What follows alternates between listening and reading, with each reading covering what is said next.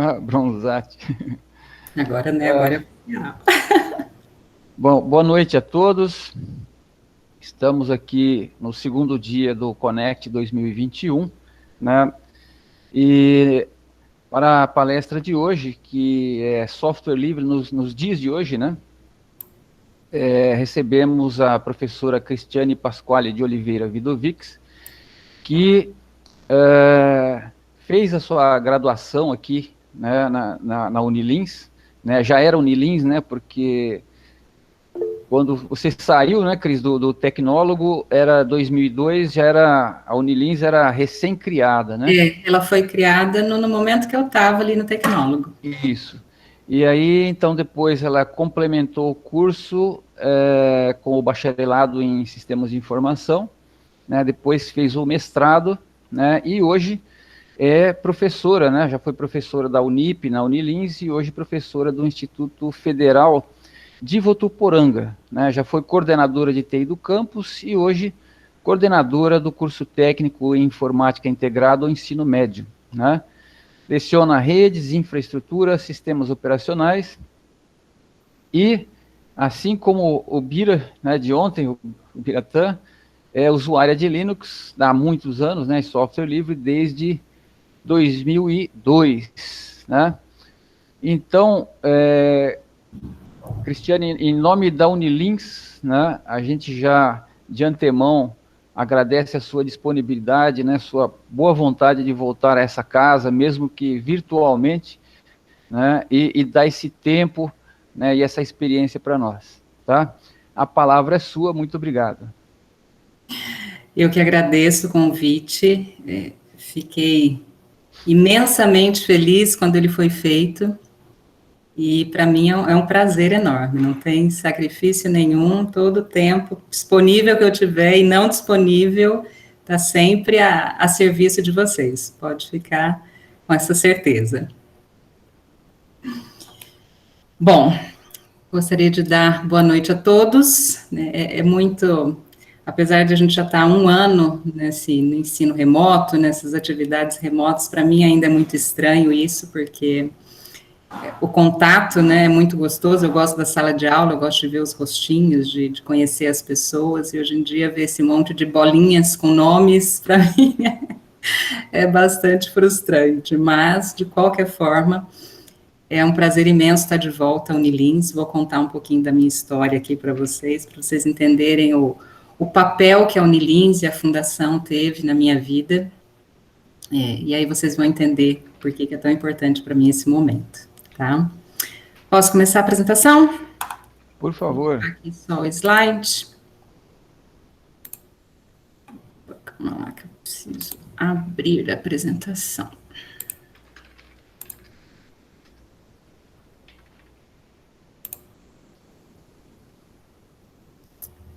Cadê você?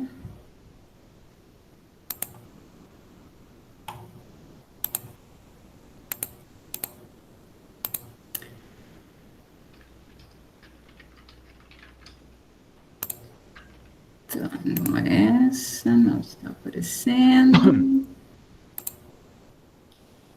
Vamos lá.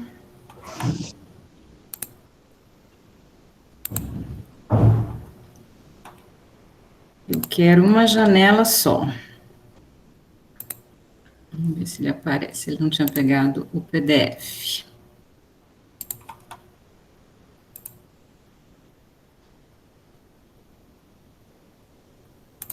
Pronto, agora sim.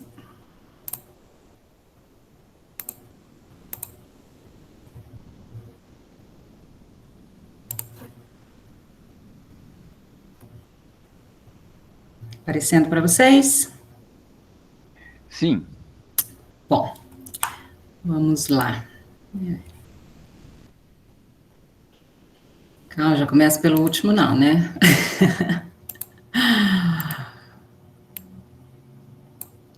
Tema da palestra, né, da palestra não, vamos chamar de conversa, né, que eu vim ter aqui com vocês.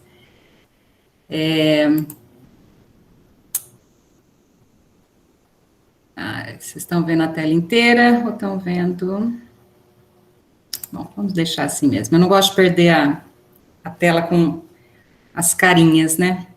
Então, tem que ficar trocando aqui. Mas gostaria de começar essa conversa nossa aqui dizendo a satisfação, né, de estar aqui, como eu já tinha começado a falar. Eu me formei, como Santana já comentou aí no começo, né, a primeira faculdade, a primeira graduação que eu fiz na área de informática foi o tecnólogo em processamento de dados. Comecei na antiga FIU, terminei, já era o Centro Universitário de Linz. E depois disso, assim que eu terminei de apresentar o meu TCC, o Santana foi meu orientador no TCC no tecnólogo. Ele me chamou para trabalhar na Unilins. Na época eu fui ser técnica de laboratório do CDI. Depois de lá eu fui para o CI, fiz a complementação, né, fiz validação de algumas disciplinas e fiz bacharelado em sistemas de informação, trabalhando no CI. Fui professora da Unilins, dos cursos de engenharia, dos cursos de informática, enfermagem. Então, eu fiquei na Unilins, né, e na fundação de 2000 até 2010. Foram 10 anos da minha vida, né? Então, é muito, muito, muito gratificante para mim estar aqui de volta, porque a Unilins e a Fundação, elas tiveram um papel fundamental na minha vida profissional, na minha vida pessoal, na minha vida acadêmica. Conheci pessoas que moldaram a pessoa que eu sou hoje. Então, sou muito grata ao Santana, sou muito grata a muitas outras pessoas, vou falar aqui sobre algumas, né, mas correndo o risco de de esquecer nomes importantes, mas o professor Hamilton foi outra pessoa importantíssima na minha vida, foi meu chefe no CI.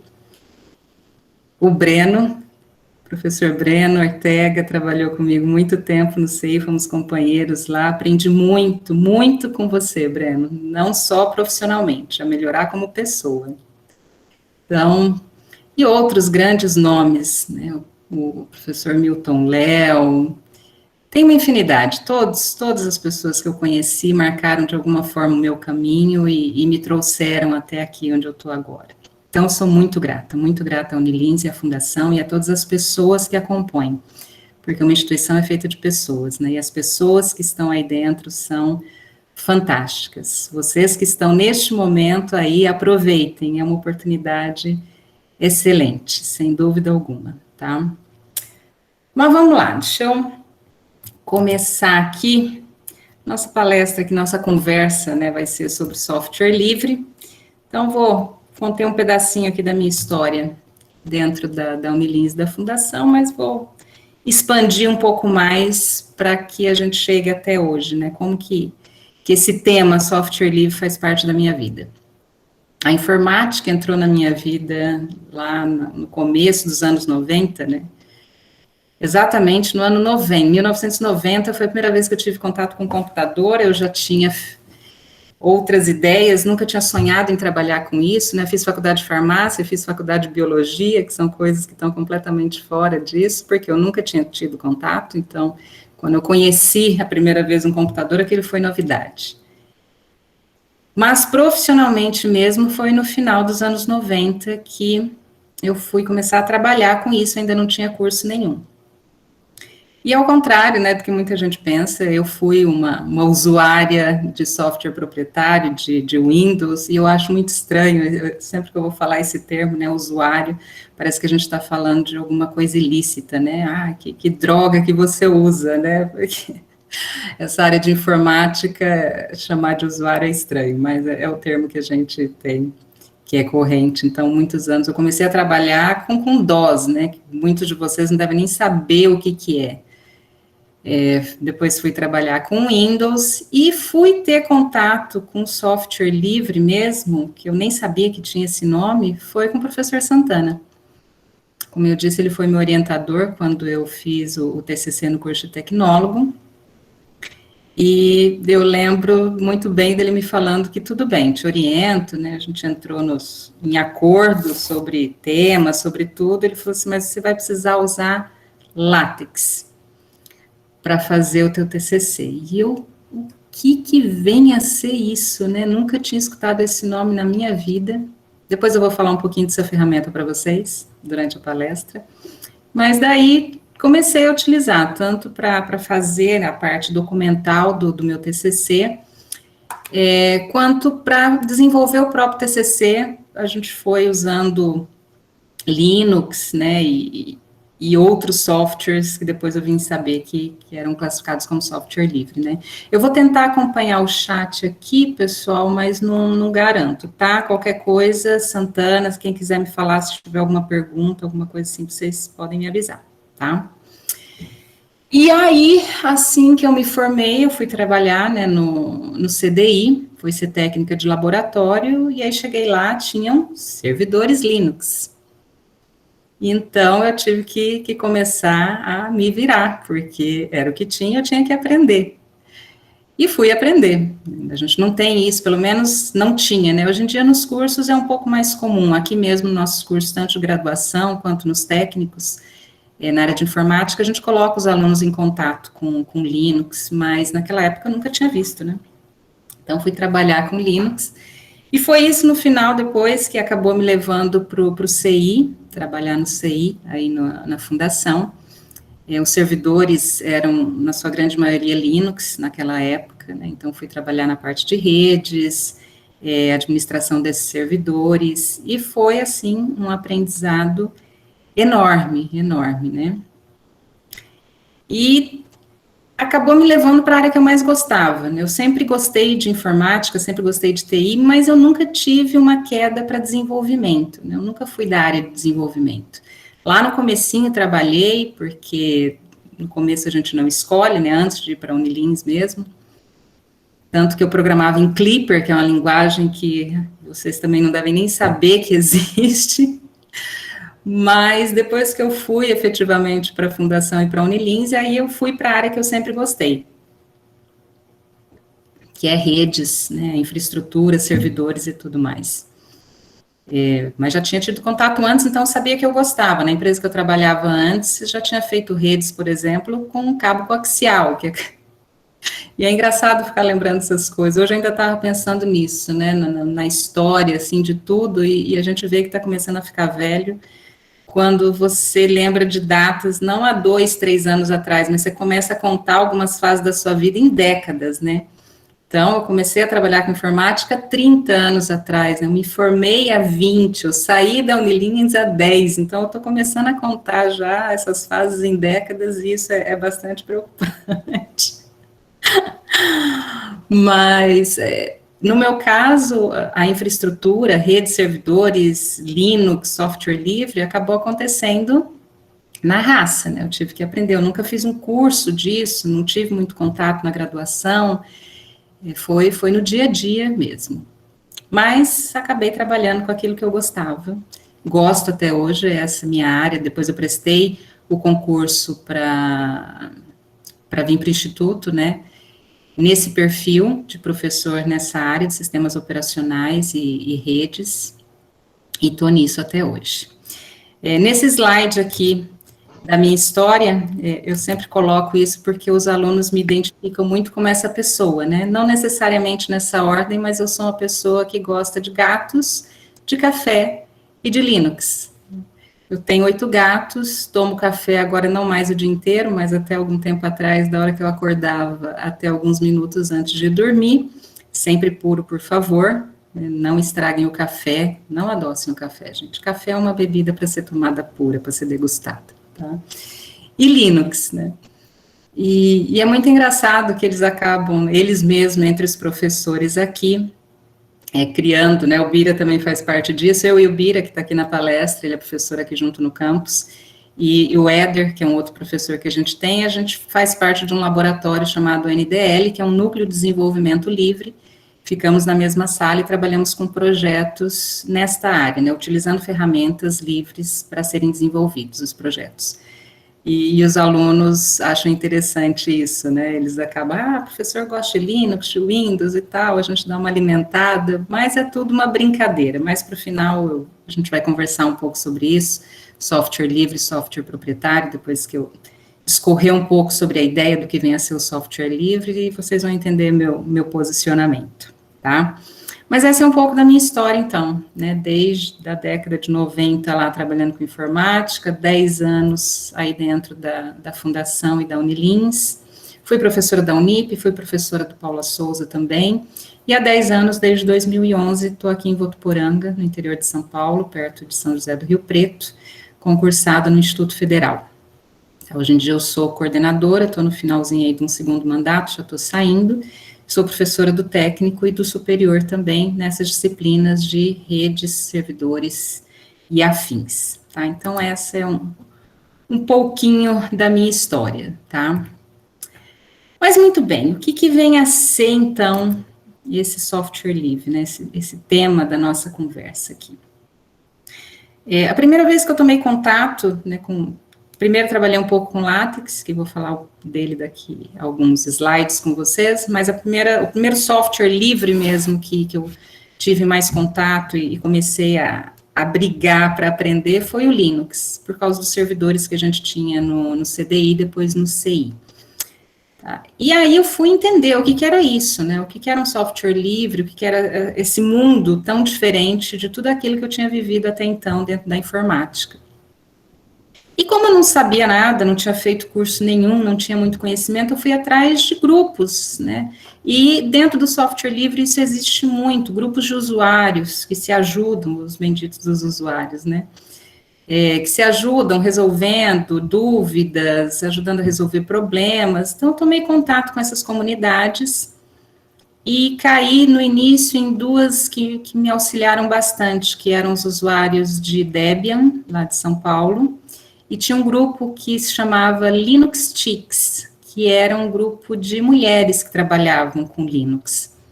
Inclusive, logo no começo, quando eu entrei para a Unilins, a gente organizou uma caravana, levei vários alunos juntos, a gente foi para participar do encontro que teve. Então, isso foi importante para mim e eu já entrei em contato com uma das filosofias dentro das comunidades de software livre, que é essa ideia de ajuda, né, de auxílio, de quem tem um pouco mais de conhecimento tentar ajudar quem entende um pouco menos ou quem está passando por um problema. Então, isso foi bastante importante para o meu aprendizado também.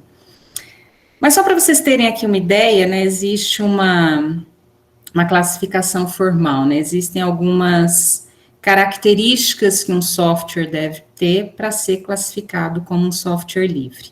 E essas características a gente chama de liberdades, né, existem 4 liberdades básicas que um software deve obedecer ou deve ter para que ele seja classificado como um software livre, tá? A primeira liberdade que um software deve ter para ser classificado como livre é a liberdade de uso. Então, quem se dispõe a trabalhar com aquele software, né, instalar e utilizar, ele tem que ter a liberdade de usar para a finalidade que ele quiser. Então, eu não posso ter nada que restrinja. Por exemplo, eu desenvolvo um software e falo que esse software só pode ser usado dentro de laboratório acadêmico. Não, eu desenvolvo o software e para ele ser classificado como livre, eu tenho que dar liberdade para o usuário utilizá-lo para a finalidade que ele quiser. Tá? A segunda liberdade é a liberdade de poder estudar como o software funciona e poder adaptá-lo para suas necessidades. Para que essa liberdade possa ser cumprida, né, estudar como o software funciona e poder modificá-lo para adaptar às minhas necessidades, eu tenho que ter acesso ao código-fonte dele. Então, uma das características também do software livre é ele ser de código aberto. Né? Quando eu tenho acesso a um software dessa categoria, eu tenho acesso ao código-fonte dele também, tá? A terceira liberdade é a liberdade de poder distribuir cópias para auxiliar outras pessoas. Então, eu baixei um software, se ele for classificado como software livre, eu posso distribuir esse software, essa instalação, para quem eu quiser. Não tenho nenhuma restrição. E a quarta e última liberdade é poder distribuir cópias da minha versão modificada. Então, baixei, tenho acesso ao código-fonte, fiz algumas alterações para poder adaptar para as minhas necessidades, eu posso distribuir esse software modificado também. Tá? Então, essas são as 4 liberdades básicas que um software deve ter para ser classificado como software livre. E nós temos aí uma infinidade de softwares que se enquadram dentro desta categoria, né? O mais falado, às vezes, o que as pessoas mais comentam, é o Linux, por ser um sistema operacional que entra e meio em disputa pela sua utilização com o Windows, que é o sistema operacional que é mais conhecido. Hoje em dia, acho que talvez ele só perca para o Android, né? Mas as pessoas já nascem acostumadas a trabalhar com um computador que tenha o Windows instalado. Mas o Linux é uma alternativa de sistema operacional que entra nessa categoria de software livre. E durante muitos anos o Linux teve uma fama de ser muito difícil, e essa fama não era indevida, né? As pessoas que utilizavam Linux, eles eram mais da área técnica, eram pessoas que tinham um conhecimento técnico maior. Então, ele não foi feito muito lá no início para ser fácil mesmo, era para ser útil e operacional, ter características de um sistema seguro e tudo mais, mas não ser muito amigável com o usuário final.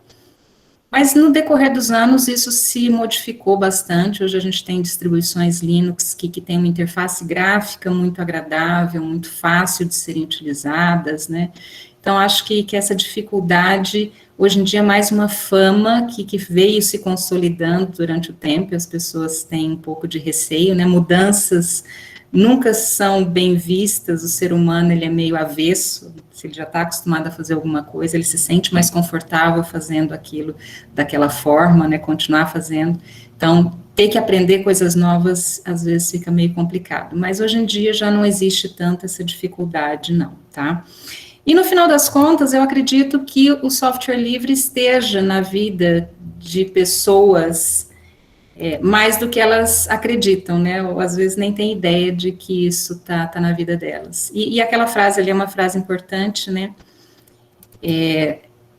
dentro do software livre, a filosofia que existe é que é uma questão de liberdade, não de preço, porque as pessoas ligam muito usar software livre com não ter que pagar licença, que é uma característica de grande parte dos softwares livres, né? Você pode baixar, instalar e usar, você não precisa pagar por aquilo, você não tem que ter uma licença, você não tem que ter uma autorização de ninguém.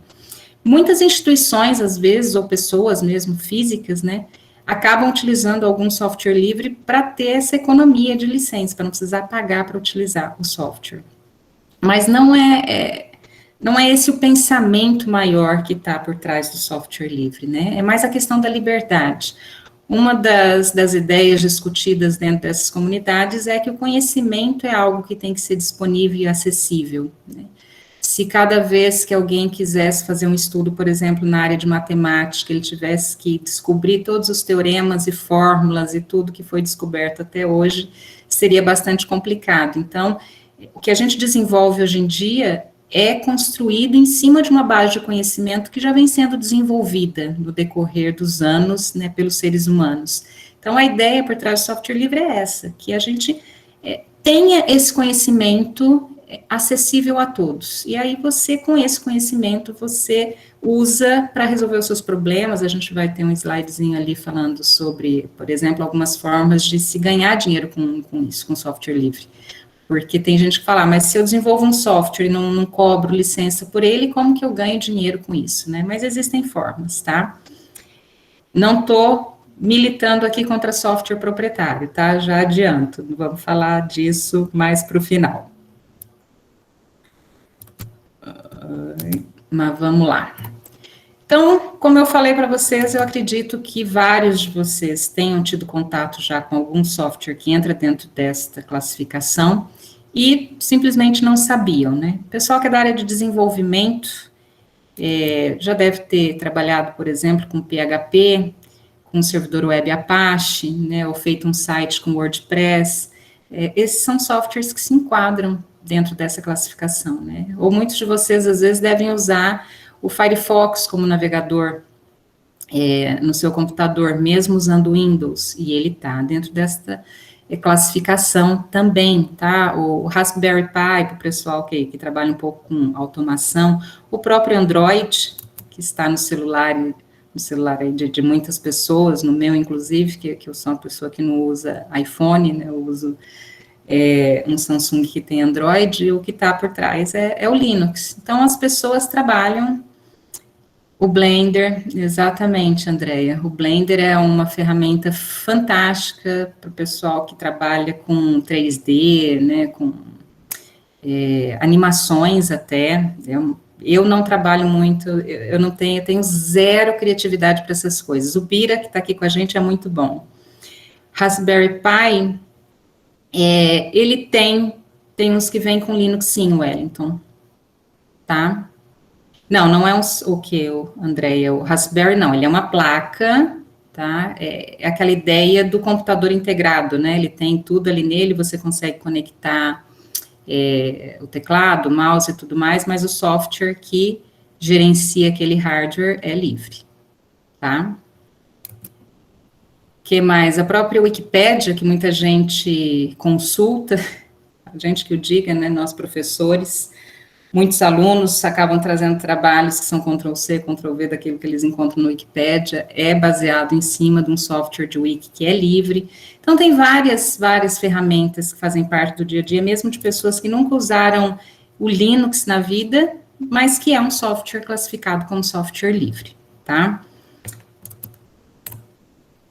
O LaTeX é um parênteses aqui, um caso de amor que eu tenho, porque foi o primeiro software livre com o qual eu trabalhei, por ideia, né, do Santana, para desenvolver o meu TCC na época, e ele é um processador de texto, ele não é um editor de texto, ele tem uma ideia de funcionamento um pouco diferente do que a gente está acostumado com os editores normais, no tipo o Word ou o Writer, né, do LibreOffice.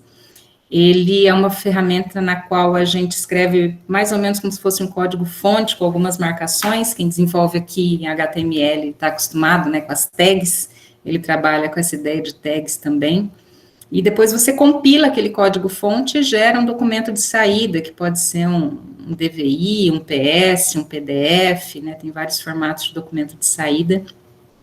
E quando eu trabalhei com ele na graduação, eu me encantei com ele. Eu nunca tinha tido, né, contato com uma ferramenta desse jeito. É um editor de PDF forte. A gente vai falar sobre isso, Heitor. Tem essa questão, sim, sem dúvida nenhuma, tá? Mas voltando ao LaTeX, ele nasceu dentro do ambiente acadêmico e, na verdade, ele nasceu por necessidades matemáticas, né? Não lembro qual que foi a universidade na qual ele foi desenvolvido, mas a ideia que o pessoal tinha era que se criassem documentos com aquelas fórmulas, né, majestosas, matemáticas, mas com uma qualidade tipográfica de impressão boa, que não se tinha.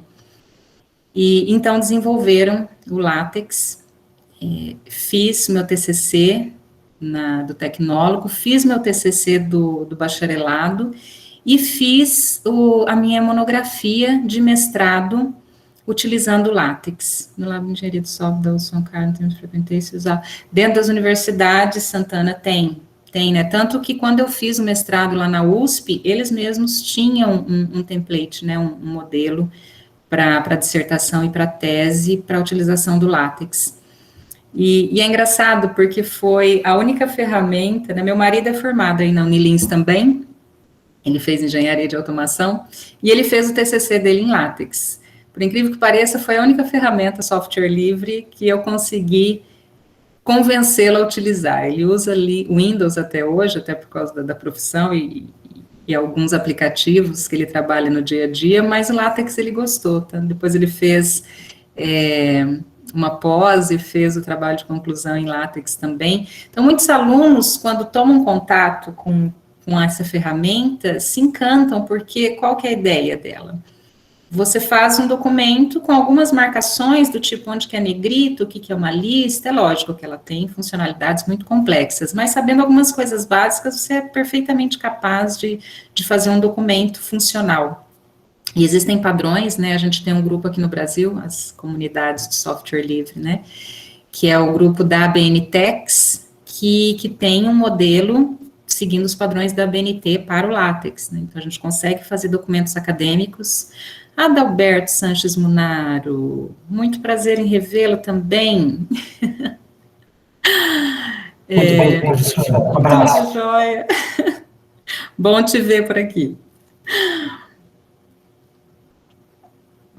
E aí eu trouxe essa filosofia também aqui para o Instituto, né? Tanto que não sei quando foi a primeira turma, a gente tem trabalhado, eu, o Bira, nos trabalhos de conclusão de curso dos alunos do integrado, a gente estimula bastante, a gente tem um modelo que a gente criou, seguindo, porque modelo é uma coisa interessante, né? Tem aquele ditado que padrão é tão bom que cada lugar tem o seu, né? Então, apesar da gente ter as normas da ABNT, cada instituição sempre tem uma diferencinha ou outra dentro da formatação de trabalhos acadêmicos, mas a gente tem um modelo que segue os padrões aqui dentro do Instituto, e muitos dos nossos alunos do integrado utilizam essa ferramenta para fazer o TCC.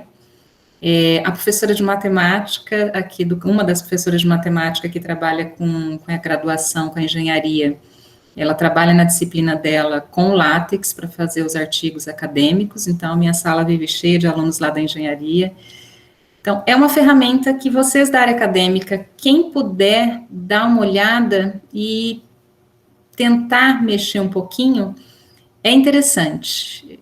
Eu falo sempre, quando eu dou os cursos sobre látex, que a curva de aprendizagem dele é um pouquinho mais, né, íngreme do que o que seria com um editor normal, esses editores que a gente está acostumado, que a gente vai formatando eles em tempo, né, de utilização. Eu já coloco aqui um negrito, aumento uma fonte, já mudo ali o alinhamento do texto e vejo o resultado, embora existam algumas ideias, né, alguns ambientes de criação de documentos látex hoje em dia que já vão dando uma prévia ali também, mas eu gosto de trabalhar com umas ferramentas um pouco mais raízes, né? Mas para quem é da área acadêmica, ter contato e aprender a trabalhar com látex, eu acho que faz bastante diferença. Os alunos que eu dou o curso e que, devido a alguma necessidade dentro das disciplinas ou do curso que eles estão fazendo, acabam trabalhando com ele, gostam e utilizam. Tá? A gente não vai fazer, lógico, às vezes uma carta, alguma coisa mais simples, mas para trabalhos acadêmicos, artigos científicos, é uma ferramenta fantástica. Eu deixo aqui a dica para quem quiser dar uma olhadinha depois e pegar e tentar trabalhar um pouco com ele. Tá? Muito bem. Então, se na grande maioria, né, em quase totalidade dos softwares livres, não existe a cobrança de licença, como que a gente ganha dinheiro trabalhando com software livre? Essas aqui são algumas das principais, né? E são áreas que têm bastante procura, como, por exemplo, a prestação de serviços, né? Dentro da prestação de serviços aqui, eu colocaria até ali o desenvolvimento, né? Mas é um pouco mais amplo. A gente pode criar soluções de redes, de infraestrutura, de servidores. Tem no computador, tem que baixar. Meu computador é o Windows. Tem que baixar. Se vocês quiserem, depois eu posso deixar algumas dicas aqui, por exemplo, quem quiser trabalhar com ele no Windows. Pode ser, Andréia? Depois me lembra no final que eu passo aqui para vocês um pouquinho do esquema de como fazer para trabalhar com látex no Windows. Pode deixar.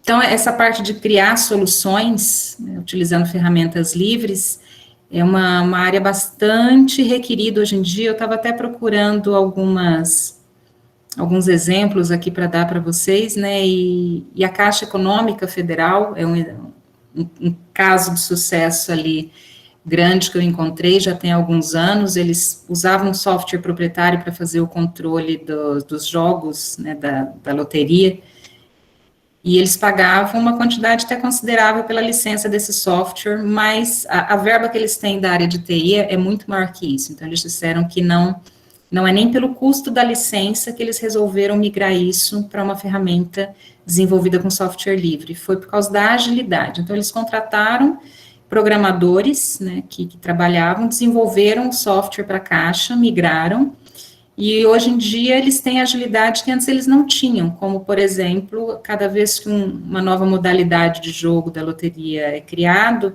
com o software anterior que era proprietário, por ter a própria hierarquia, né, das empresas, os procedimentos levam a uma certa lentidão. O que eles levavam antes 10 meses para poder integrar, no software deles, hoje em dia com o esquema de desenvolvimento que eles estão com os próprios desenvolvedores dentro da caixa, trabalhando com implementações com software livre, em 3 semanas eles conseguem integrar isso no aplicativo deles, né? Então, eles ganharam agilidade. Então, tem várias empresas por aí que criam essa prestação de serviço, até na assistência mesmo. Por não ter, às vezes, uma empresa, né, por trás, uma empresa nesse formato mais tradicional que a gente conhece, por ter essas comunidades, tem muitas empresas também, né, que falam, não vou utilizar isso, onde que eu vou conseguir uma assistência, né? Caso dê um problema, caso o software apresente algum problema, eu preciso de alguma... Quem que vai me auxiliar? Então, tem pessoas que montam esse tipo de suporte, né, e vendem esse suporte para quem utiliza esse tipo de software, tá? Treinamento, que é uma área bem ampla, também tem um mercado muito bom, tem grandes empresas de treinamento em software livre. O próprio desenvolvimento, né, criar soluções.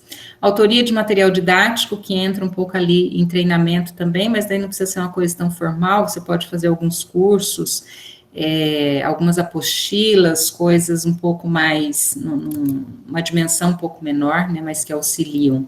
Então, tem várias áreas, inclusive tem um provedor aqui na cidade onde eu moro, em Votuporanga, é um provedor de internet local, que a gente tem muito contato com eles, porque...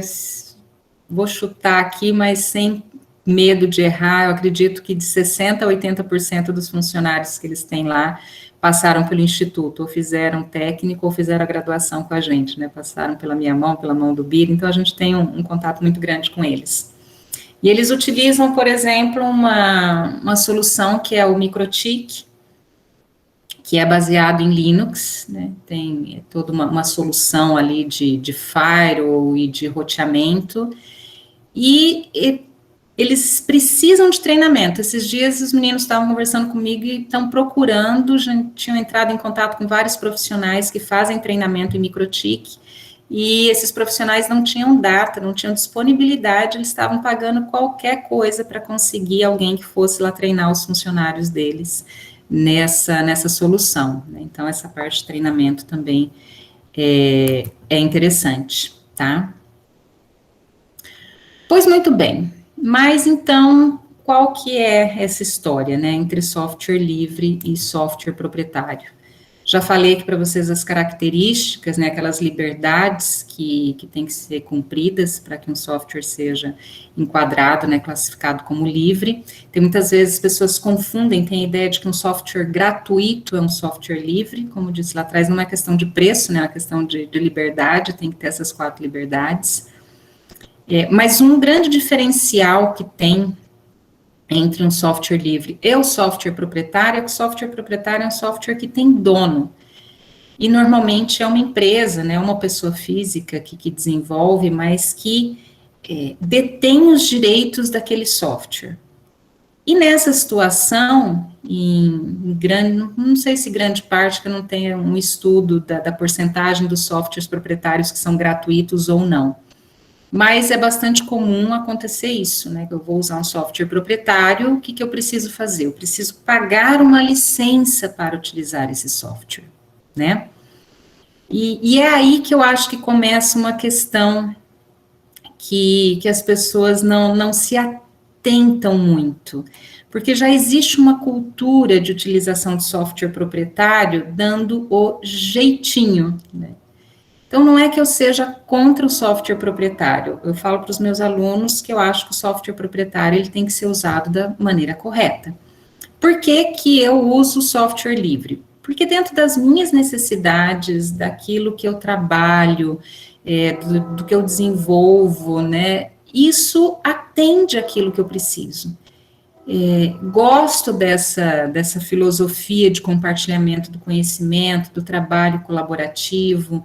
Já vivi muitas situações em que a solução de problemas se deu de forma muito mais rápida devido ao auxílio dessas comunidades, como eu falei, né, no caso do exemplo da Caixa Econômica, quando a gente precisa de algo, de uma empresa que desenvolve um software proprietário, muitas vezes, ou você não consegue, né, porque ela vende aquele pacotinho fechado, e se você quiser alguma modificação, você tem que pagar por ela, mas vamos, assim, admitir que seja um problema do software mesmo, que a empresa precise resolver aquilo. O processo dessa resolução, de lançamento depois da solução desse problema, é um processo muito vagaroso, né? Então, eu tenho experiências boas, tenho afinidade, aprendi a trabalhar. O Linux, para mim, hoje, como sistema operacional, é um sistema bastante estável, sem travamento, então, não tem nada que no decorrer dos anos da minha vida pessoal e profissional eu tenha sentido falta, né? Eu sempre caminhei junto com o software livre e ele sempre atendeu aquilo que eu precisava. Mas eu acredito, sim, que existem pessoas que vão trabalhar melhor com software proprietário. Como teve alguém que perguntou aqui, por exemplo, né, o Heitor falou, falta um editor de PDF forte, tem bastante, mas não é próximo do pago da Adobe. E existem muitas situações assim, Heitor. Tá? Se a gente for falar em sistema operacional, aí eu digo que não, né, que o Linux é um sistema forte, estável, confiável, eu não tenho o que reclamar. Mas existem algumas ferramentas, sim, que a gente não tem essas ferramentas compatíveis dentro do software livre que tenha tanta desenvoltura. Um exemplo bem clássico que eu sempre dou é o AutoCAD. Tá? Quem não sei se tem alguém aqui da área de engenharia civil, de arquitetura, né, ou que já tenha tido contato com o AutoCAD, mas os engenheiros com certeza me dariam razão, né? A gente tem muito software livre que é compatível com o trabalho do AutoCAD, né, que fazem a mesma função, mas não da mesma forma, não com todas as funcionalidades que o AutoCAD tem. Então, a Adobe não brinca, eu vou falar dela aqui, né, a quantidade de ferramentas que ela tem, o próprio Photoshop, se bem que o Photoshop, hoje em dia, o GIMP, ele briga bem com o Photoshop.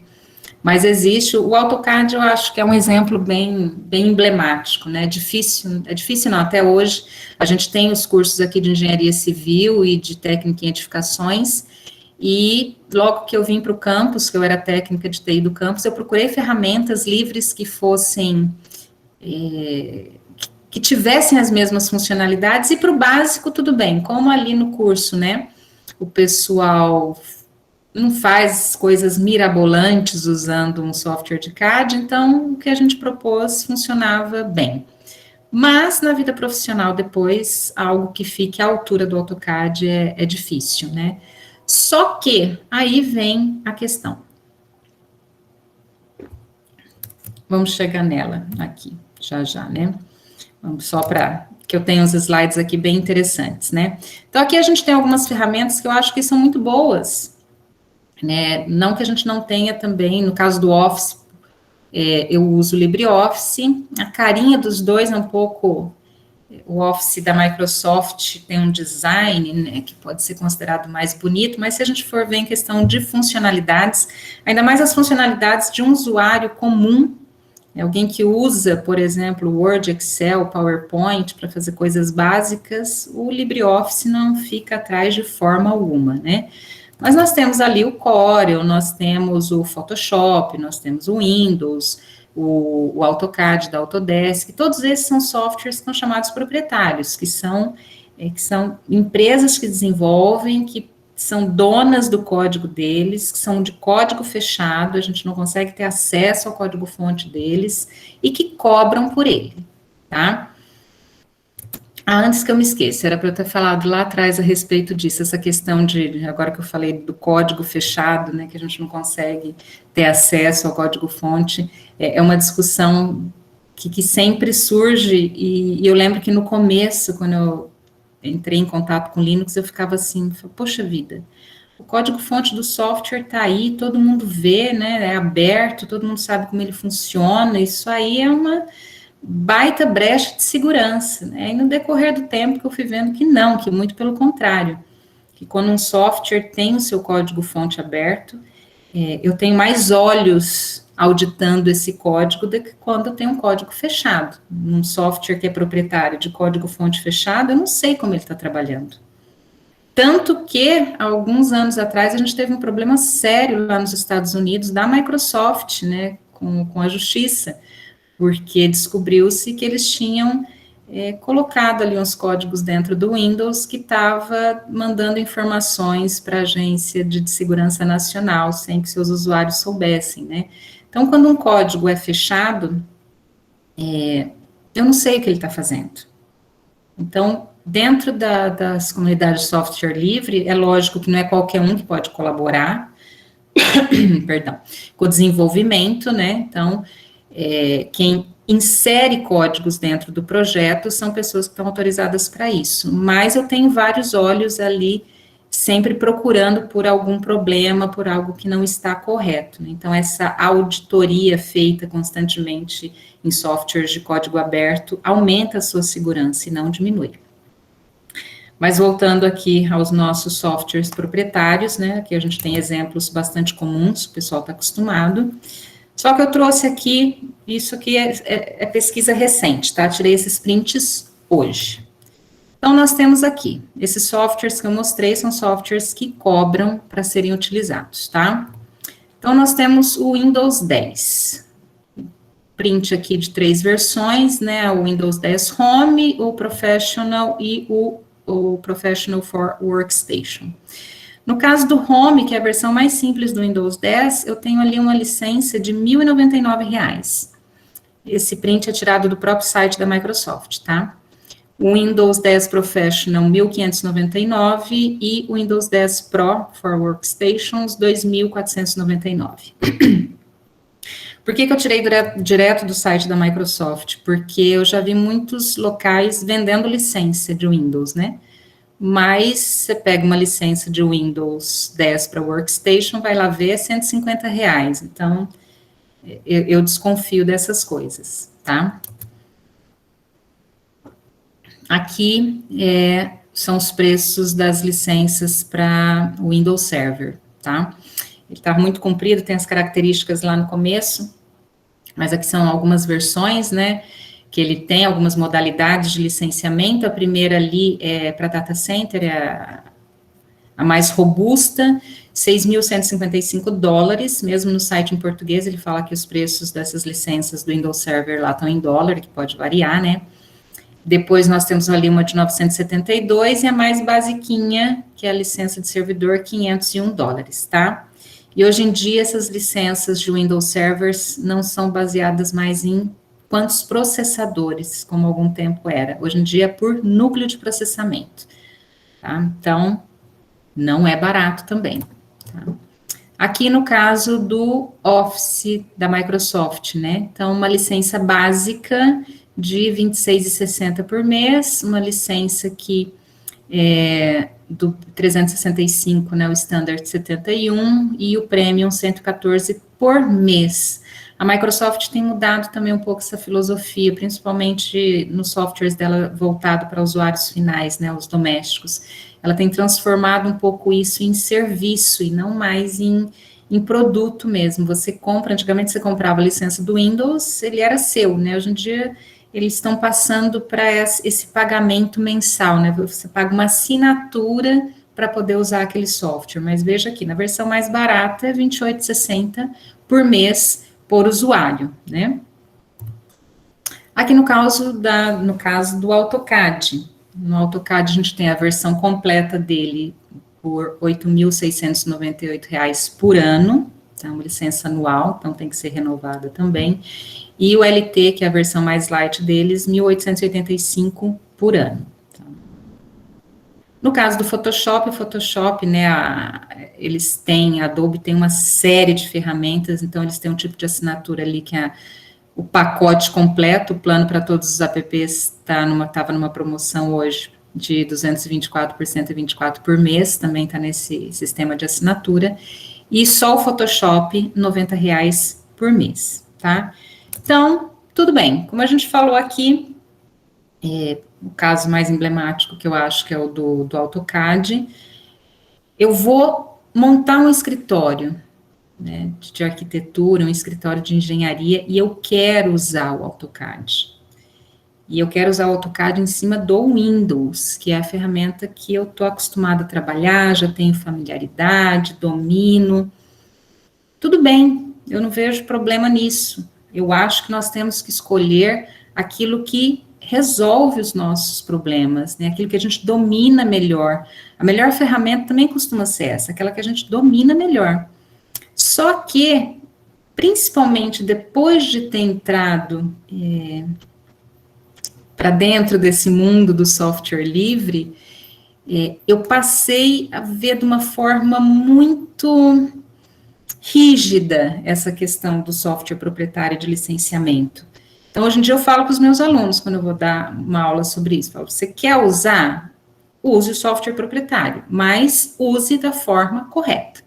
Quer usar o Windows no meu computador? Pague a licença do Windows. Quer usar o AutoCAD na minha empresa, ou como engenheiro autônomo? Pague a licença do AutoCAD, né? Para vocês terem uma ideia, eu uso o Linux, né? No meu Note aqui eu tenho Linux, mas eu precisava para algumas tarefas dentro do Instituto do Windows. E a gente tem um acordo com a Microsoft, então a licença do Windows eu tenho uma máquina virtual com Windows, mas só que essa licença, né, esse acordo que a gente tem com a Microsoft não inclui o Office. E eu precisava do Word, que tinha uns documentos que vinham da reitoria que não tinham jeito, eram para ser feitos, para serem usados dentro do Word e do Excel. Eu comprei a licença. Eu paguei a licença do Office para usar dentro de uma máquina virtual. Né? Eu tenho esse Note que eu troquei agora, eu estou com Dual Boot nele. Eu paguei, eu tenho a licença, estava embutida a licença do Windows nele, eu fiz questão, por enquanto, de deixar. No último, eu já tinha desistido, já tinha formatado e arrancado todo o Windows dele. Mas esse aqui ainda mantenho. E eu acho que o Windows é um sistema operacional muito visado que precisa de um antivírus. E se tem uma empresa que tem uma versão de antivírus gratuita e um antivírus pago, feito pela mesma empresa, eu tenho cá para mim de que eles não têm a mesma eficácia. Então, eu prefiro pagar. Eu devo ter logado no Windows, nesse computador aqui, umas 2, 3 vezes, e eu pago uma licença de antivírus para ser utilizada aqui.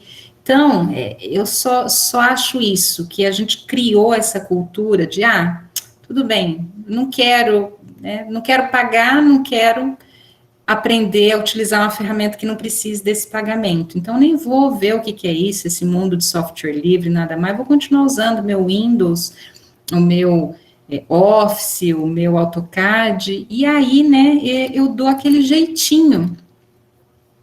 Que é esse jeitinho? Esse processo de craqueamento do software.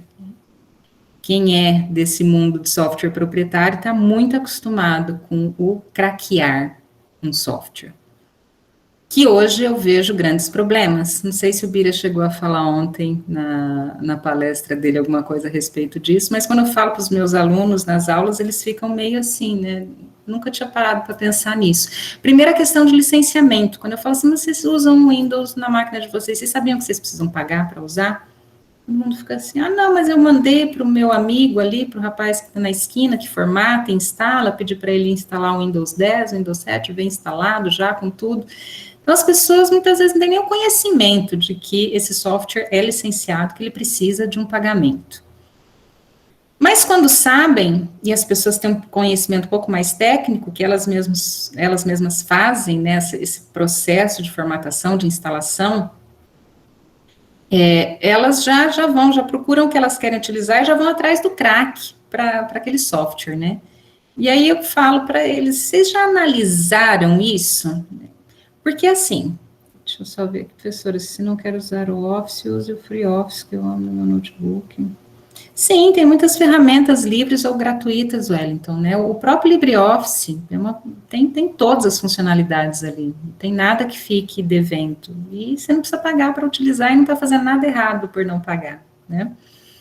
Mas, quando eu ainda usava o Windows, né, eu lembro que para fazer esse processo de quebra da licença, de crack do software, o que a gente fazia? Você procurava pela internet aí listas de chaves, né, Então, achava lá uma lista com 10, 15, 20 chaves, porque é isso, a hora que você entra ali para licenciar, qualquer, não sei se qualquer software, mas até hoje os que eu tive contato, você entra na janelinha lá para inserir a chave, né, do software, que era uma sequência de letras e números. Então, você procurava na internet, achava listas, né, de chaves para Windows e ia testando. Digitava uma chave, não reconhecia. Digitava outra, não aceitava. Até que você digitava uma chave, o teu Windows aceitava. Então, pronto, estava liberado. Você não pagou nada, mas você baixou uma chave lá que ele aceitou, está licenciado.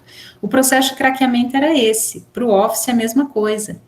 Hoje em dia, você não consegue mais fazer isso.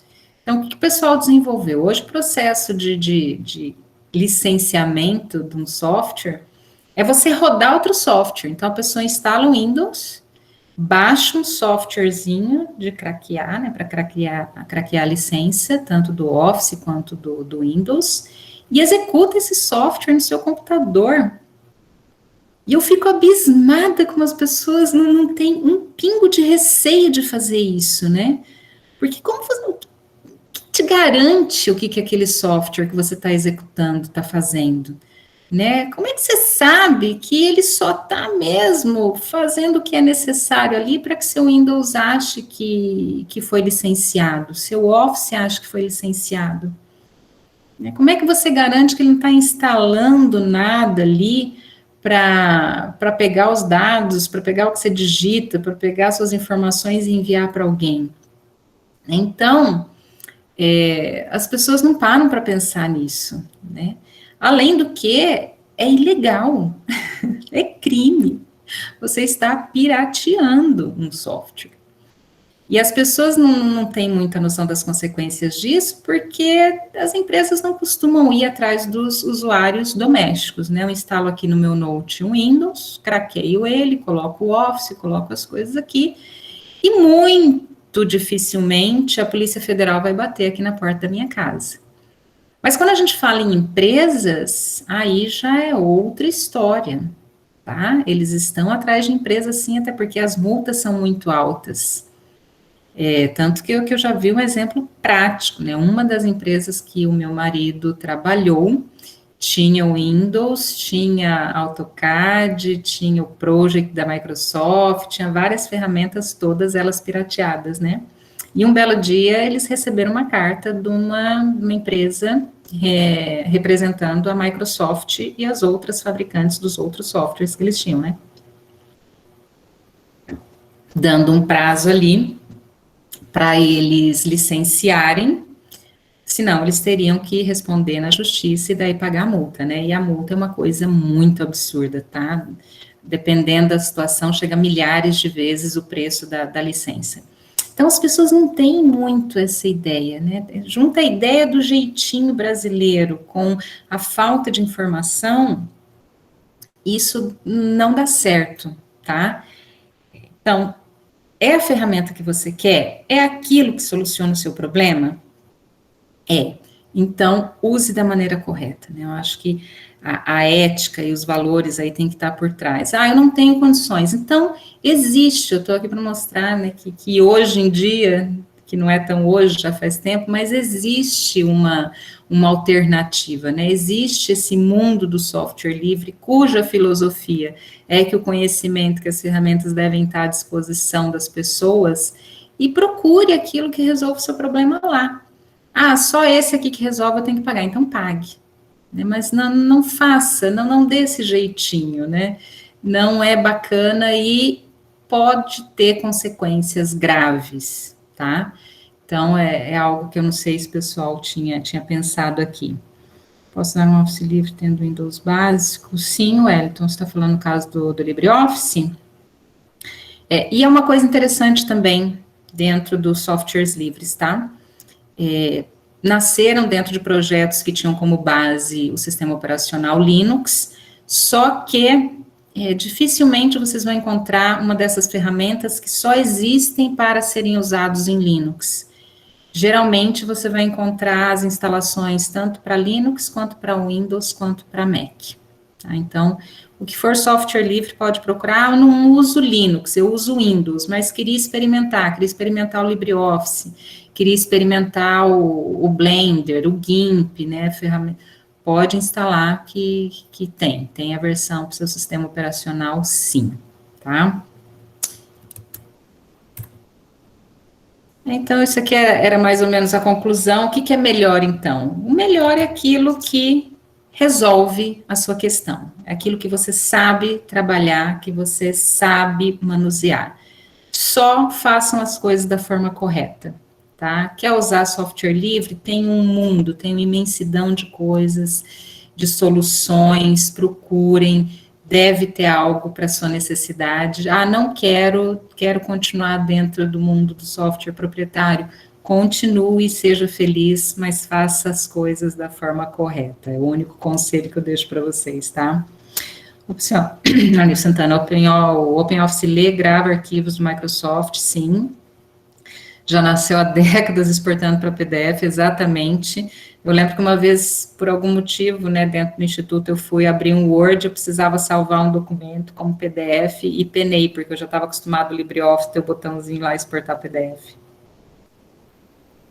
Wellington, interessante isso que você falou. O OpenOffice, ele era o pacote de escritório do mundo software livre há muitos anos atrás, tá? Mas daí o projeto foi comprado por uma empresa e ele passou-se a cobrar por ele, tá? E aí é outra coisa interessante dentro das comunidades de software livre, né? Sempre que algo assim acontece, existe um movimento que a gente chama de fork, né, que é uma divisão. Por quê? Porque o código do software, do projeto, ele era livre, era aberto até um determinado ponto. Se acontece algo que fecha ele depois, que torna proprietário, pago, o que foi desenvolvido até ali continua sendo livre. Então, o que a comunidade costuma fazer? Ela faz uma bifurcação ali do projeto. E aí, do OpenOffice, nessa época que ele foi fechado, surgiu o LibreOffice. Então, o LibreOffice é a continuidade do que já foi o OpenOffice. Hoje em dia, uma coisa que a gente está vendo acontecer, que ainda não foi fechado, mas que a comunidade já está se preparando para isso, é o MySQL. O MySQL, eu não me lembro quem que está ali por trás agora da compra ali do projeto, não foi fechado ainda, ele continua sendo livre, open source e tudo mais, mas a comunidade já se preparando para alguma coisa assim, já fez o fork para o projeto do MariaDB. Então, MariaDB, ele está caminhando junto com o MySQL como ali um salva-vidas para na hora que o MySQL for fechado, ele tem completa compatibilidade e tudo. Tanto que o projeto do MariaDB está tendo suporte do próprio Google, né, tem grandes empresas ali por trás dele. Tá? Então, essa é uma resposta que acontece de forma muito rápida e muito interessante dentro da comunidade de software livre. Correu-se o risco de algum projeto, principalmente quando ele é bastante utilizado, bem difundido, ser fechado, eles já fazem esse fork, já fazem uma derivação e continuam com o projeto livre também, tá? Bom, já enchi aqui 1 hora a cabeça de vocês. É um mundo cheio de coisas, né, cheio de novidades, com muita informação, mas um básico aqui que eu queria conversar era isso. Nos slides aqui tem os meus e-mails, né, crispasquale@ifsp.edu.br é o meu e-mail do Instituto, crispasquale@gmail.com, meu pessoal, e no Instagram, que no momento a única rede social que eu acesso é o Cris Pasquale. Eu abandonei algum tempo o restante, então não uso mais Facebook, nem nada disso. Para lembrar que o senhor pediu no final para mostrar uma demonstração do LaTeX para Windows, né, Andréia? No Linux, ele já é meio integrado, até o compilador LaTeX costuma vir, mas para quem usa o Windows, tem uma combinaçãozinha que tem que ser feita, que é o Mictex com aí algum editor, tá? Deixa eu achar aqui para te mostrar, calma lá. Cadê meu mouse? Eu tenho, deixa eu ver se ele está ativo ainda, eu tinha um blog para os meus cursos de LaTeX. Vamos ver se ele ainda tá aqui no ar. Ah, tá sim. Então, eu vou fazer melhor que isso, Andréia. Eu vou compartilhar aqui o link.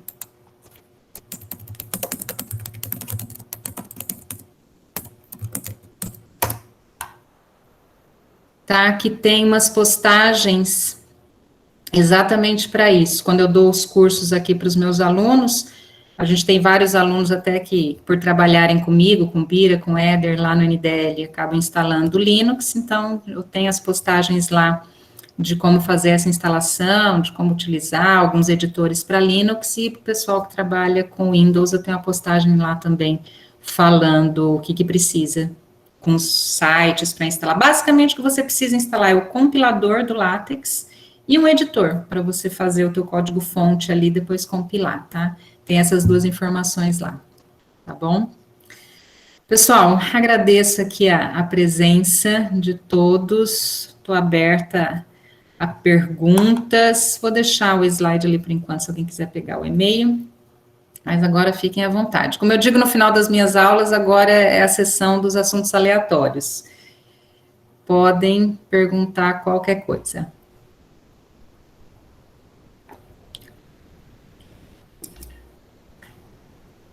Posso? Pode, todo mundo pode. Eu sabia que eu ia falar alguma coisa, né? Obrigada, Andréia.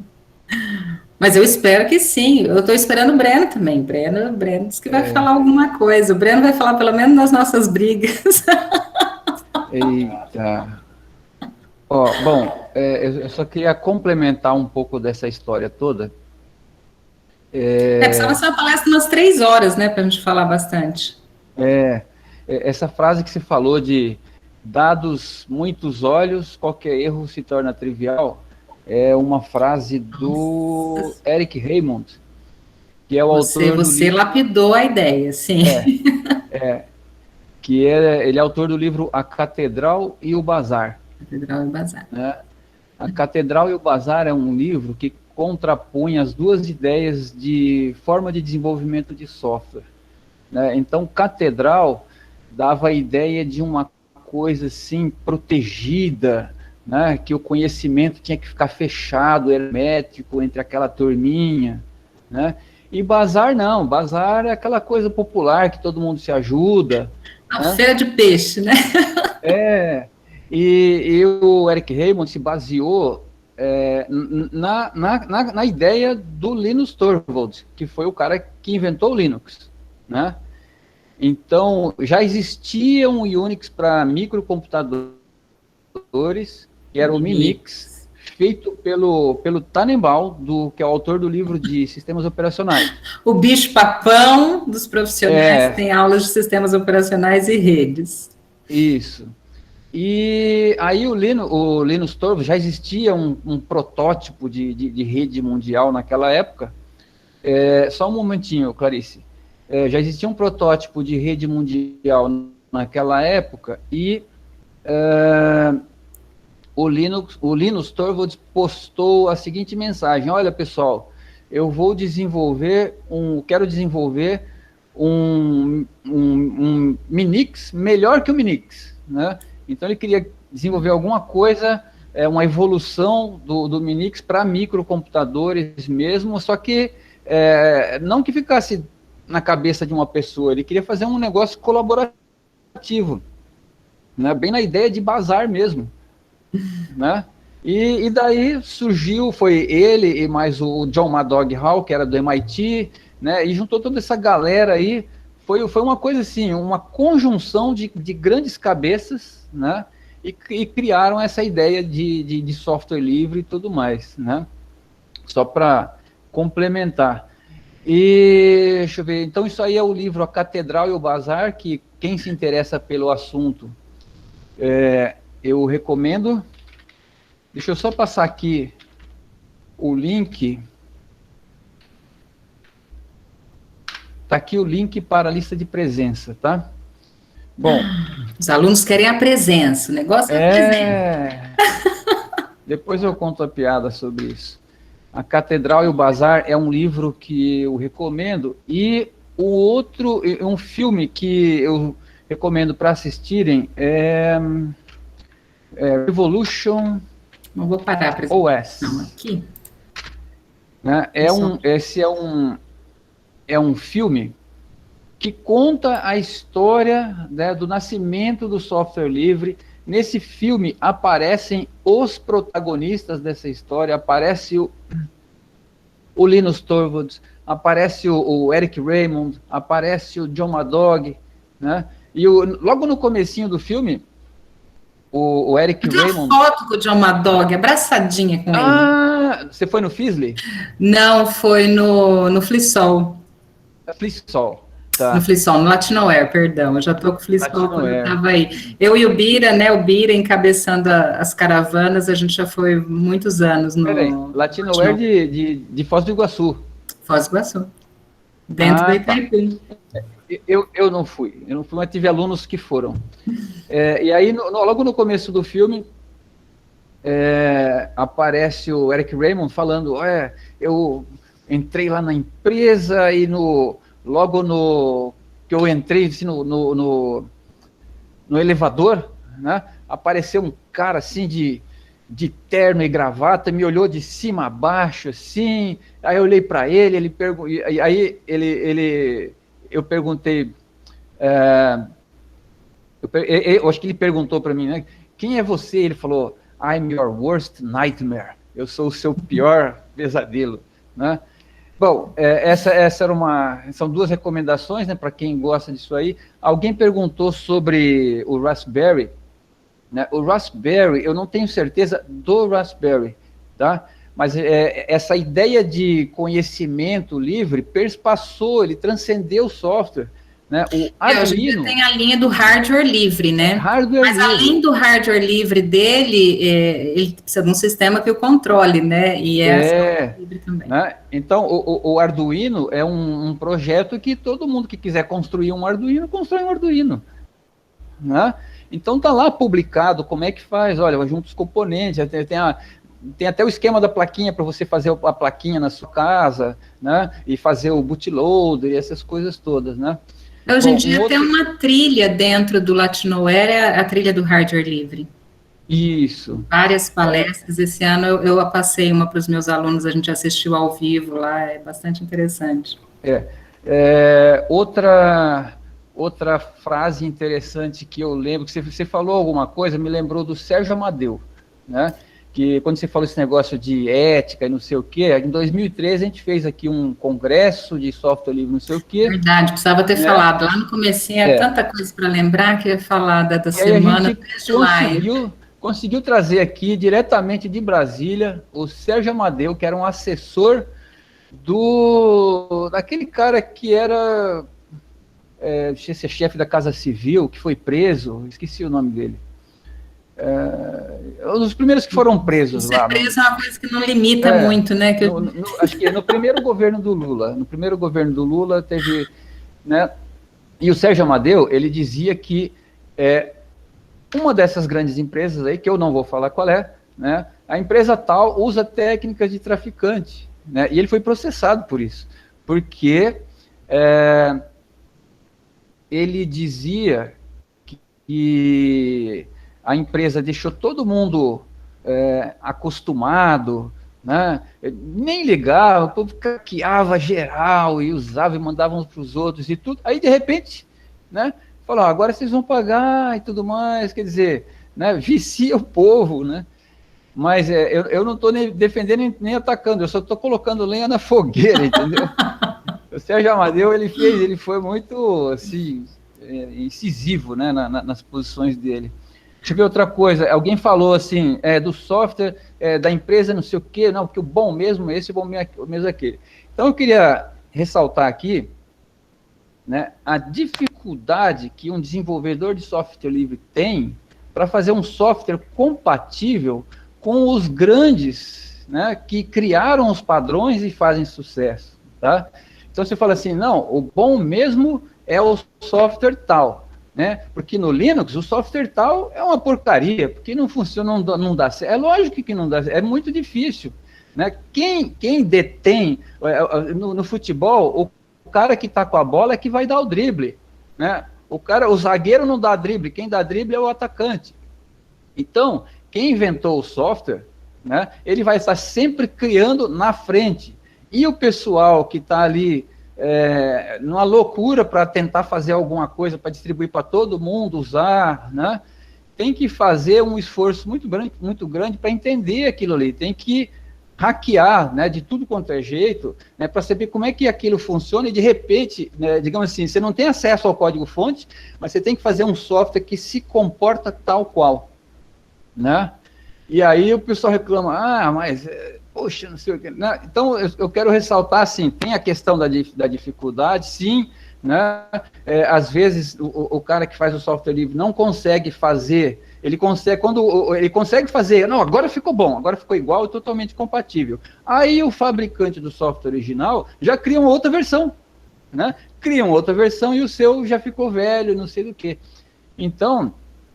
Não, só fazendo um adendo, também era uma das coisas que eu tinha colocado aqui para falar, a gente acaba não falando, né? Uma das grandes vantagens, porque dentro do software proprietário, algo que a gente vê que é muito comum, você falou das novas versões, né? Sempre são lançadas novidades, novas versões e atualizações que sempre vão exigindo muito mais de hardware, né? Então, quem caminha dentro de um caminho de software proprietário, normalmente precisa ter sempre máquinas mais potentes, né, com maior capacidade de processamento, com mais memória, porque sempre tem mais recurso e tudo. E dentro do software livre, a gente tem muitas linhas, principalmente se a gente falar do sistema operacional de Linux, né, que fazem um aproveitamento de hardware muito grande. Aqui tem muitos alunos que acabam indo porque tem um Note antigo, ou porque tem um computador muito antigo em casa, que não suporta mais uma atualização para um Windows 10, alguma coisa assim. E a gente faz a instalação do Linux numa versão com um ambiente gráfico leve, né, bastante enxuto em questão de recursos, e a pessoa continua usando aquele hardware antigo, né, dito antigo dela, mas de forma completamente funcional, para aquilo que ela precisa. Então, a gente tem um aproveitamento de hardware muito grande também. Sem dúvida, sem dúvida. Lembra do Windows Vista? Né? Era uma carroça. Para ele fazer aquelas animações que fazia bonitinho de transição de tela, precisava da máquina top da época, né? E no fim, não durou muito, graças a Deus, aquela versão do Windows. Depois lançaram lá, eu não sei se o Windows 7 foi antes ou foi depois, né? Mas aí depois veio o Windows 10 e aí consertou o negócio, porque o Windows Vista eu sofri 1 ano e pouco com ele e foi complicado.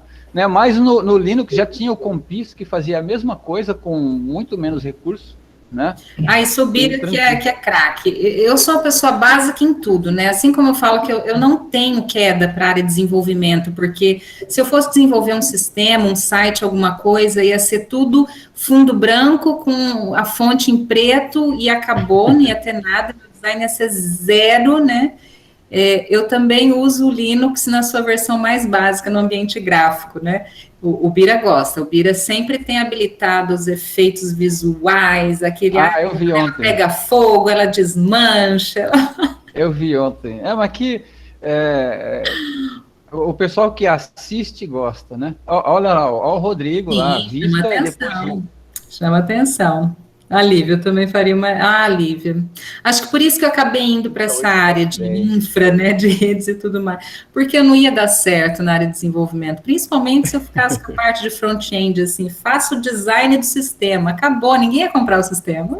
Eu tô me segurando aqui, Santana, mas eu vou ter que fazer a defesa do Windows, hein? Mas eu estava me segurando.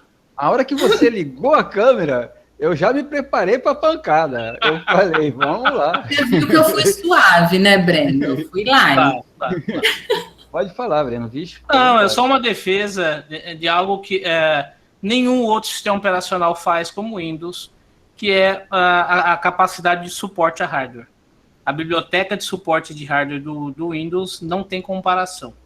A compatibilidade de dispositivos dele é numericamente muito superior, nativamente falando. Né? Muito Então, bem. essa é outra funcionalidade. Essa é outra funcionalidade. Mas há controvérsias quanto a isso também. Assim, sabe, assim, né? De maneira tranquila, só conversando. Eu vou fazer o papel daquele, olha, o FreeBSD. É o contraponto. Olha, piada interna agora, o pessoal não vai entender. Não, mas falando sério, esse Note que eu tenho, né, não sei se foi esse agora, eu estou com o Lenovo, né, mas durante muito tempo, desde a época que eu estava no CI, eu usava Dell, né, e todas as vezes que eu precisei fazer a formatação e reinstalação, e principalmente, eu não sei se nesse ou no último, acho que foi no último, que esse aqui eu não fiz a formatação do Windows, né, o outro Vostro que eu tinha. A hora que eu termino com o Windows, é uma mão de obra enorme, eu tenho que ir atrás dos drivers, ele não consegue configurar o hardware todo sozinho, tem uns que me dão trabalho. O Linux, eu termino de instalar, tá tudo funcionando. Tudo, eu não preciso fazer absolutamente nada. Sem compilar o kernel? Já passei dessa fase, já compilei muito kernel. Mas agora eu já deixei isso para lá. Eu até falo pro pessoal que gosta muito da Apple, né? Ele tem um ótimo desempenho, claro, ele tem 5 drivers para funcionar, né? Todos os dispositivos dele. E Apple, né? Agora eles têm mudado um pouco, mas a Apple eles fazem o hardware, o software, tudo, né? Tá tudo integrado ali. Como é que não vai funcionar bem esse trem, meu Deus do céu? Não tem como. Pois é. Agora, fazendo uma defesa do software livre, né? Em respeito à nossa querida palestrante, uma software house famosa do Brasil, creio que seja a maior, não vou declinar o nome dela, claro, mas nós tivemos um problema, né, com IPv6, né, nós temos uma rede dual stack, né, 4 IPv6, e sempre que se fazia uma consulta DNS na rede, a rede responde primeiro IPv6, né, e o software não sabia lidar com a resposta IPv6, né, simplesmente porque tem uma quantidade maior de caracteres. Não se preocupa não, IPv6 faz pouco tempo que está sendo implantado. Faz pouco tempo, exato. E aí, olha só que interessante, né? A ideia do software proprietário. Eu encaminhei para o fabricante, para o desenvolvedor, um diagnóstico, até falei para ele onde estava o problema, né? Ou seja, era só resolver. Ficou 8 meses numa fila de tratamento, e aí eu recebi um e-mail comemorando, dizendo, olha, entrou por roadmap e ele provavelmente vai ser mais uns 10 daqui a 2 anos. No release que sai daqui a 2 anos. Uau, fantástico, né? Então, se fosse software livre, eu poderia ter corrigido o problema facilmente. Foi essa questão que eu disse, né, da agilidade, muitas vezes. Mesmo que não seja você a estar desenvolvendo, modificando o seu software, né? Mas dentro da comunidade de desenvolvimento, eu acho que essas respostas são muito mais rápidas também. Até por causa do próprio engessamento que tem na empresa, né? Uma empresa que desenvolve, que é uma empresa padrão proprietária, todo o processo, toda a burocracia, né? Todos os passos que têm que ser feitos, torna esse processo mais lento mesmo, infelizmente. Eu peço a palavra. Vai ter a réplica, a tréplica, a quadréplica. Breno, você foi militar? Não. Você tem jeitão de militar, mas eu vou apelar para o seu sentimento pátrio. Você sabe quanto custa 1 tonelada de cana no campo? Não custa R$100. Não custa R$100, 1 tonelada de cana. Né? Então, para gerar cana para o país inteiro, gerar álcool, né? É muita cana, é muito trabalho, a cadeia produtiva é uma coisa absurda, né? Absurda. Então, eu digo o seguinte, quando você compra software proprietário das grandes empresas e você justifica, não, eu vou comprar o software tal, porque não tem solução, né? Eu tenho que usar, aí tudo bem, né? Mas você tendo opção de usar um software livre ou de mandar divisa para lá, porque para você equipar um computador com sistema operacional de fora, com um AutoCAD de fora, um não sei o que de fora, tarará, sai mais caro que o hardware. Né? Então dá muitas toneladas de cana, de frango, de ovo, né, que são produzidos aqui e a gente está mandando para fora. Essa fala não é minha, essa fala é de um palestrante de 2003, que na instituição de ensino dele só usava software livre. Não sei como está hoje, né, mas eu me lembro até hoje dessa conversa, né, eu falei, cara, faz sentido, né, faz sentido. Mas, gente, que discussão legal. Isso aqui, se deixar... A gente ficava aqui até 10 horas da noite, tranquilamente. Isso aqui é uma religião, esse negócio. Muito legal. Já virou mesa redonda. Aí tem que ver se os alunos têm pergunta aí, senão a gente fica polemizando aqui, ó. Opa! Mas, pessoal... É que vocês não viram as brigas que eu e Breno Ortega pegávamos no CDI, no CI. Mas, olha, eu vi um pouquinho pro lado da luz, né? Eu saí do lado negro, tá? Foi. Já não tô assim mais tão... Uma alma salva. Só aquilo que é bom. Chocado com o preço da tonelada da cana. Aproveitando que o pessoal está fazendo comentário aqui, Cris, diz aí que distribuição você está usando o Linux. Não sei se você falou, eu não prestei atenção. Não falei não. Nesse momento eu tô com o Ubuntu. Mas eu já passei. A primeira que eu trabalhei no CDI foi Red Hat. Era Red Hat que tinha no servidor lá. Já trabalhei com Mandrake. No CI foram muitos anos de Slackware. Depois a gente migrou para Ubuntu Server. Já trabalhei com Mint, já trabalhei um pouco com CentOS. O bom hoje em dia, que é uma dica também, pessoal, o Wellington aqui falou, né? Professora, sou leigo em Linux. Hoje é fácil, pessoal. Na época que eu comecei a trabalhar, eu quero testar, quero ver se Linux é para mim. Aí você tinha que formatar o computador e instalar o Linux nele para você ver, né? Gi, que saudade! Sabe o termo doutorado do Breno? Não sei, Gi. O Breno fez doutorado com software livre. Olha só, essas coisas ele não fala para mim? Não creio. Eu tenho que manter a fama de mal. Qual que foi o tema do teu doutorado, Breno? Pôs na roda agora. Agora põe na roda. Você sabe que eu nem lembro o título certinho, mas sobre o que foi? Foi sobre conexão Wi-Fi, dispositivos móveis para veículos em movimento. E usava software livre, mas eu não lembro nem qual foi o título. Não, mas esses negócios de mestrado e doutorado é uma loucura, né? Eu fui lá e fiz mestrado em veículos aéreos não tripulados, então... Pois é. E além disso, tem a questão das décadas também, né, que você já falou. Não, esse negócio de começar a contar as fases da vida em décadas é triste, pesa. Mas então, voltando, só para dar uma dica ali para o Wellington, tem um software livre, Wellington, fantástico, que se chama VirtualBox. Com ele você, né, instala máquinas virtuais.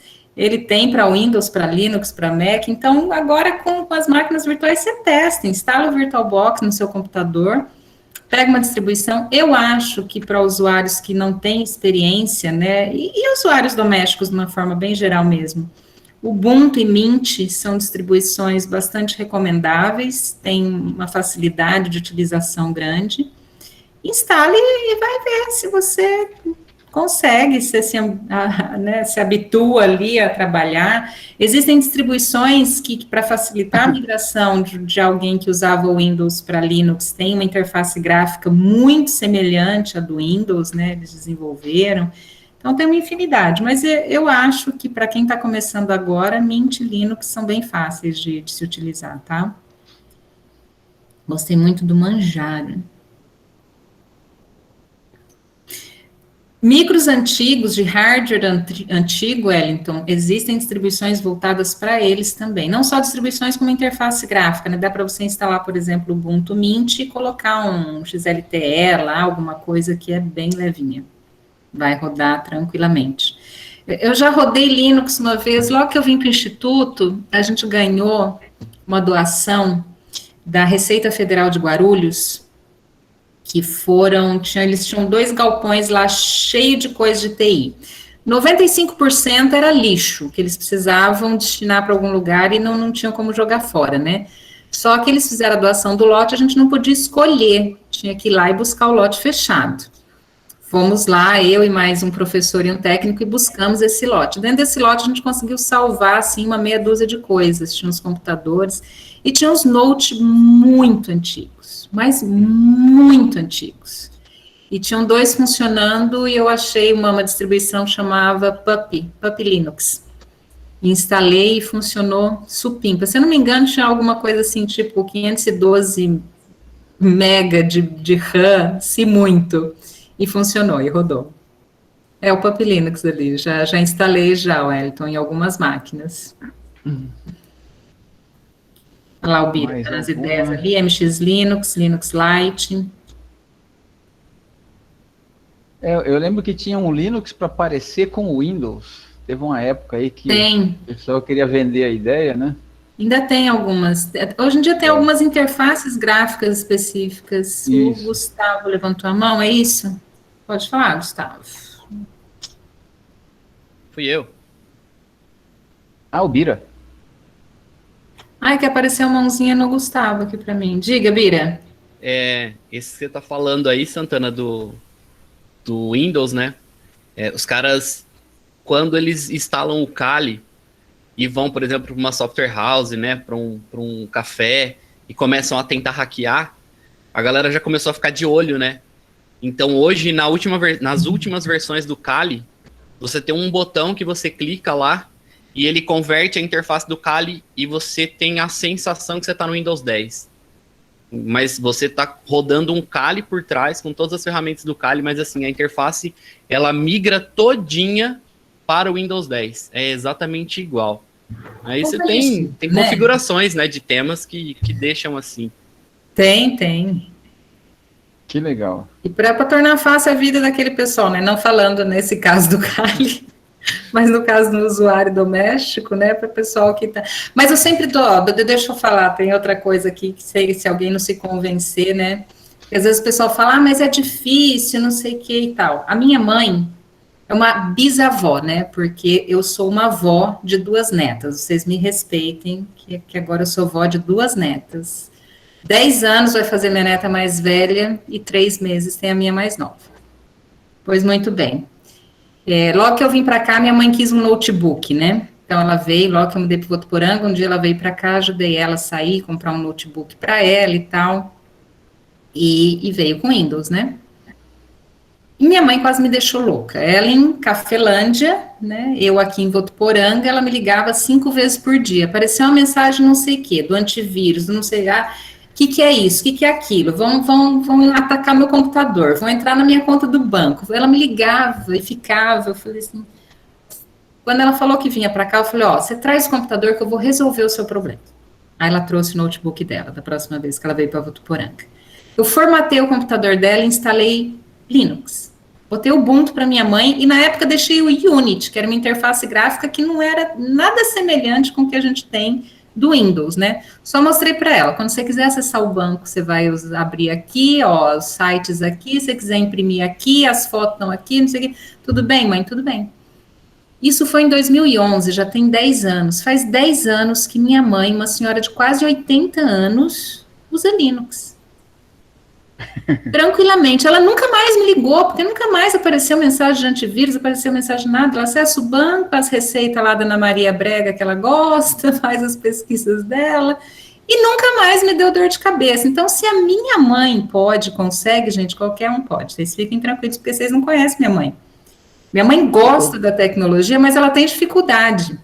Então, se ela conseguiu, vocês são capazes.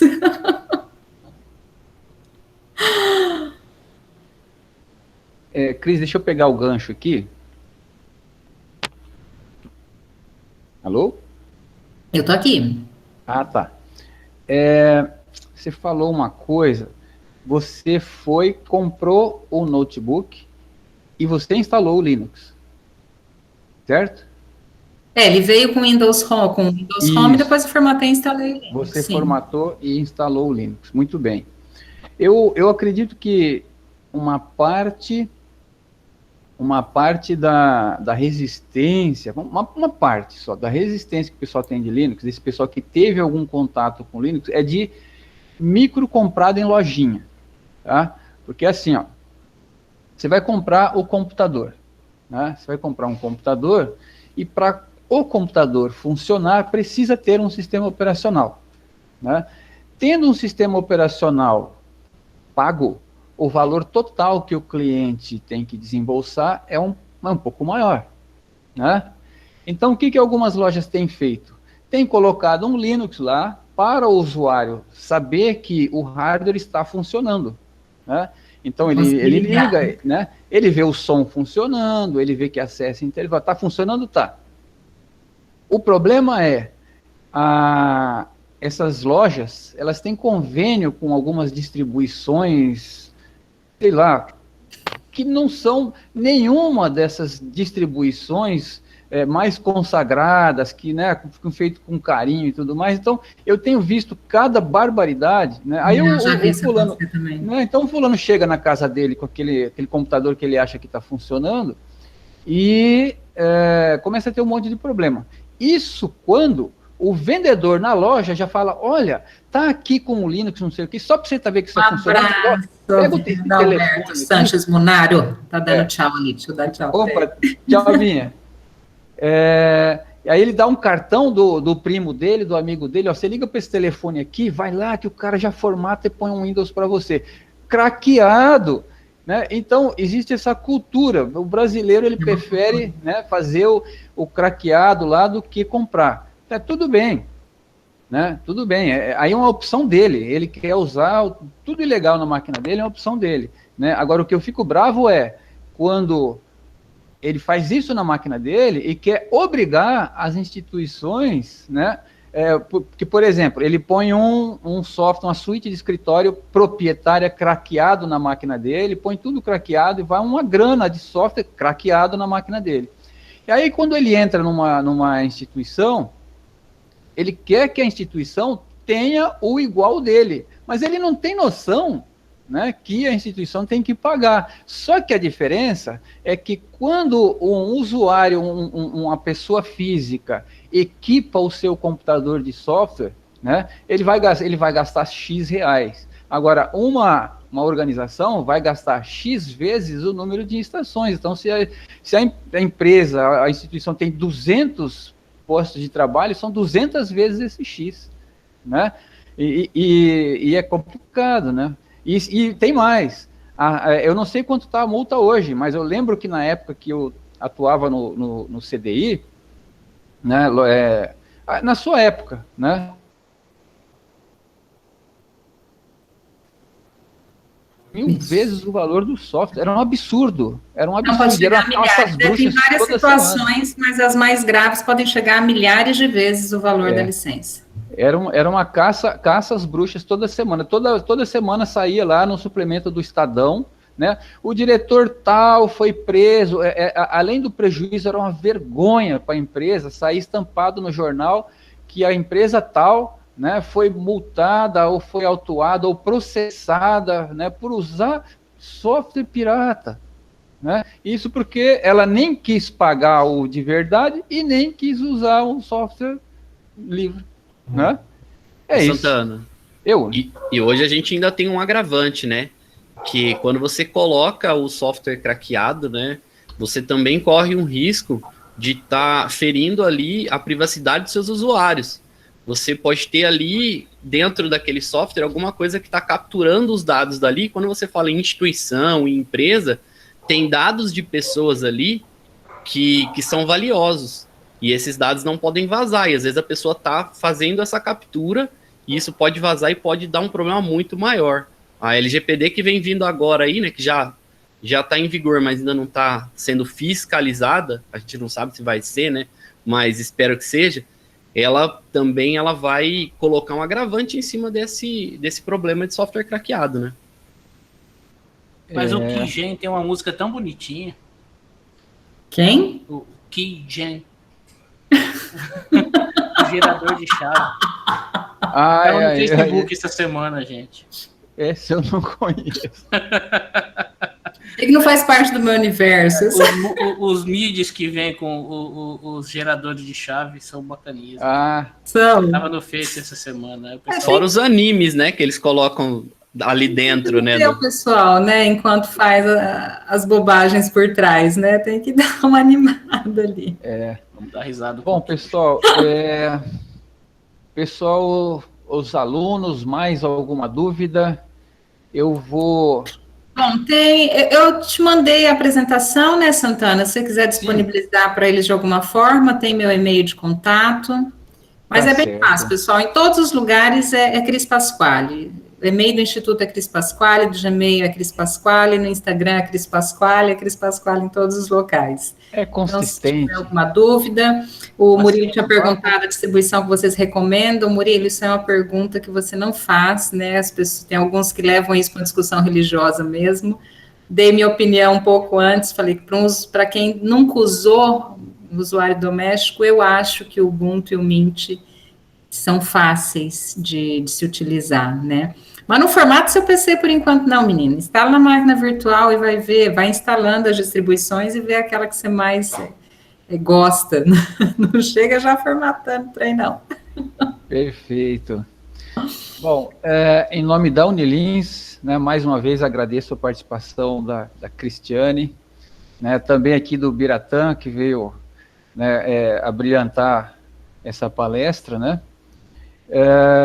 Aguardamos vocês aí para o encontro presencial, né? Como diz o Breno, tomar um cafezinho, fazer né? Ministrar um curso, né? Assim e possível. Quem sabe, posso aí dar um curso de látex, de repente, vamos botar essa molecada aí para usar látex, uai.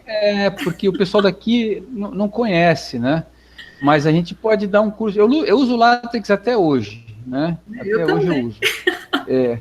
E eu não sei, de repente, talvez alguma parceria, né, entre as instituições, né, Breno? De repente, algum projeto. O MEC adora essas coisas de relação interinstitucional, né? Então, talvez um intercâmbio de alunos, né, ou um curso que vocês venham aqui dar um curso, alguém daqui vai lá e dá um curso, né? E essa participação cruzada em eventos, né? À disposição de vocês. E nós igualmente à disposição. Obrigado, gente. Agradeço novamente, imensamente aí, muito bom rever essas caras tão familiares e tão queridas para mim. Foi um prazer. Eu já passei o link para a lista de presença e eu estou passando novamente aqui, caso alguém tenha perdido aí na conversa, né? Porque às vezes a pessoa sai do meeting, quando volta, perde toda a conversa, né?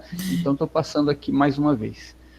Então, é isso, gente. Uma boa noite a todos. Muito obrigado. Grande abraço a todos. Tchau, tchau. Obrigada pela presença de todos aí também. A história da lista de presença? Conta a história. Que história que é essa? Eu não sei. Tá bom, então. Tchau, tchau, gente. Até mais. Tchau, boa noite, pessoal. Até mais. Boa noite.